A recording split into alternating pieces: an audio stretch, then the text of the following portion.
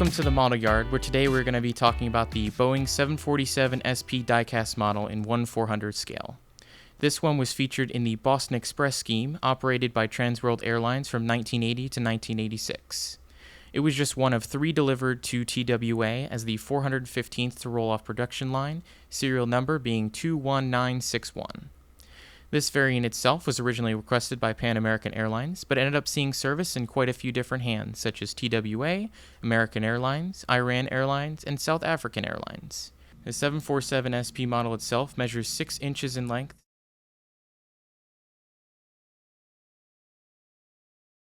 6 inches in width, and just over 2 inches high at a scale of 1/400th.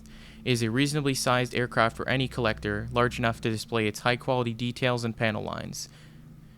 Now that we have designated this aircraft, let's discuss the history of the 747 itself, as well as the difference between this unique SP variant and the mainline 400 and 800 versions. The Boeing 747 begun its successful life of service in a time where rockets were headed to the moon and airliners were truly in the jet age. First seeing flight in 1969, this jumbo jet was promoted as a high-range, high-capacity airliner to reach airports almost 10,000 miles from original takeoff. It would be capable of crossing massive oceans and entire continents to connect all the nations across the globe where possible. Passenger capacity ranged from 300 or so up to 660 depending on the class and variant selected, as well as at maximum takeoff weight and fuel load. It could cruise at over 500 knots, approximately 575 miles per hour, while still maintaining the massive range touted. The 747 production line was operated from its debut until January of 2023, making the end of a historic production run. A total of 1,574 were manufactured, including 155 of the 747-800, 393 of the 747-200 variant, and a whopping 694 of the 747-400 were created. The final delivery being this year is a sad ending to what has lasted so long and so far, but it's not the end of the jet itself. It's estimated that there are between 400 and 500 of various types of the 747 still flying across the globe.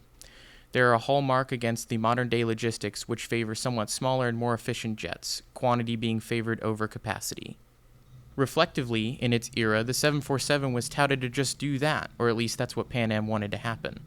They sought a smaller, shorter, and lower capacity but still long-range jumbo jet intended to reach point A to point B with minimal stops. It would also be carrying that with a good deal of passengers on board.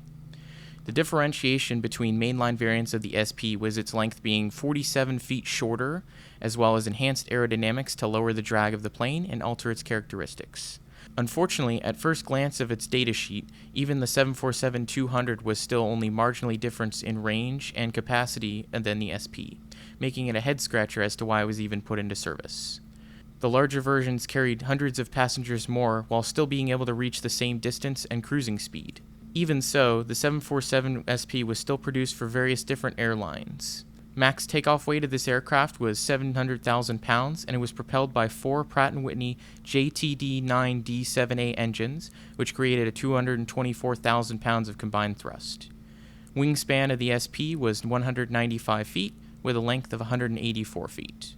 The 747 SP variant is uniquely much smaller than the standard 400 and 800 variants, setting it apart from most you might find on the shelf. It is also very rare in real life, as there was only 44 total 747 SPs that rolled off the production line, which is a stark contrast to the 1,574 produced in the entire 54-year span. The livery in iconic red and white colors with the reflective wings is easily recognized to be a TWA-operated jet. To sum it all up, this version of the 747 is a unique, innovative airliner intended to fit a specific need requested by its customers. The variant may not have met its task, but in this era it might be argued that experimentation, trial, and error were necessary to succeed.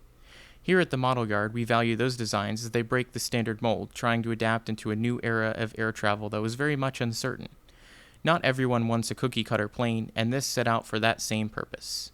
It was a long-range, smaller capacity jumbo jet that was designed to fit a need reflected in modern day. Get yours at themodelyard.com.